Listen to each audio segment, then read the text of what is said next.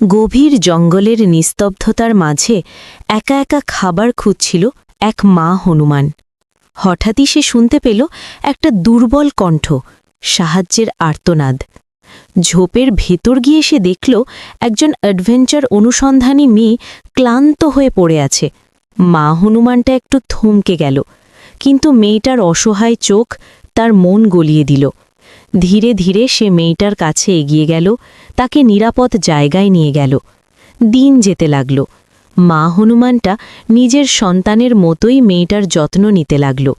ফল এনে খাওয়ানো, পাহারা দেওয়া, পাশে বসে থাকা। মেয়েটাও ধীরে ধীরে ভয় কাটিয়ে ফেলল।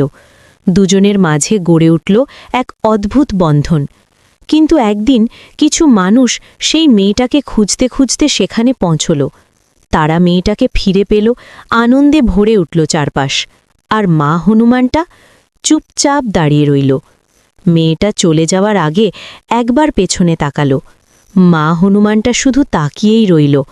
তার চোখে ছিল না কোনো ভাষা, শুধু ভালোবাসা। সে জানত না মানুষ না পশু, কিন্তু ভালোবাসা সে ঠিকই বুঝত। ভালোবাসা কোনো সীমা মানে না,